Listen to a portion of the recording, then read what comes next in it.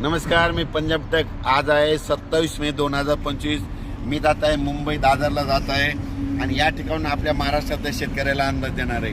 राज्यातल्या सर्व शेतकऱ्याला सांगू इच्छितो की आणखीन 27, 28, 29, 30 तारखेपर्यंत राज्यात भाग बदलत जोराचा पाऊस पडणार आहे, मुसळधार पडणार आहे म्हणून हा अंदाज लक्षात घेतला.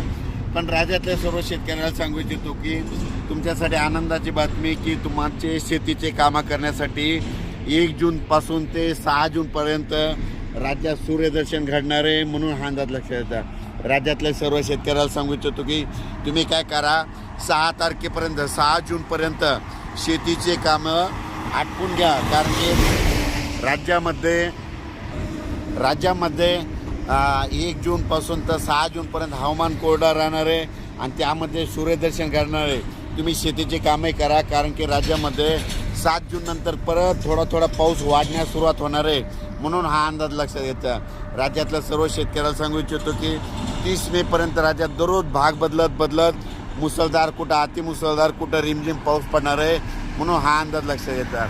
पण राज्यातल्या सर्व शेतकऱ्याला सांगू इच्छितो की पाऊस खूप झाला, जमिनीमध्ये ओल भरपूर आहे, पण पेरणीसाठी आपल्या शेतात दुरुस्त नसल्यामुळं सर्व शेतकऱ्याला एक आनंदाची बातमी की म्हणजे तुमच्यासाठी वरून राज्या 5 ते 6 दिवस म्हणजे 1 जूनपासून तर 6 जूनपर्यंत रजेवर जाणार आहे. म्हणजे तुम्हाला शेती कामं करण्यासाठी वेळ देणार आहे.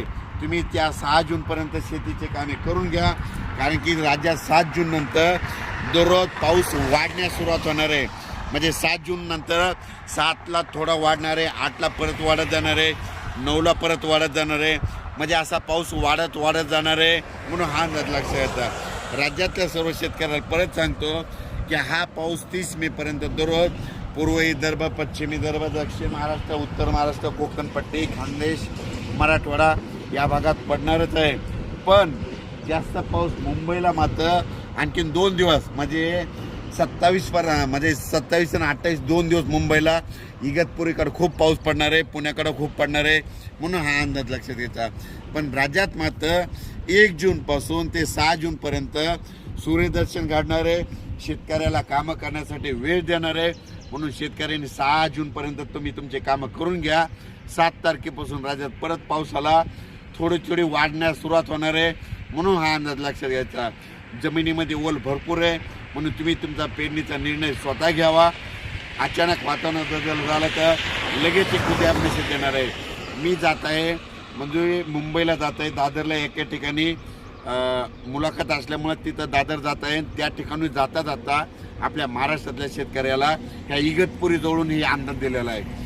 धन्यवाद.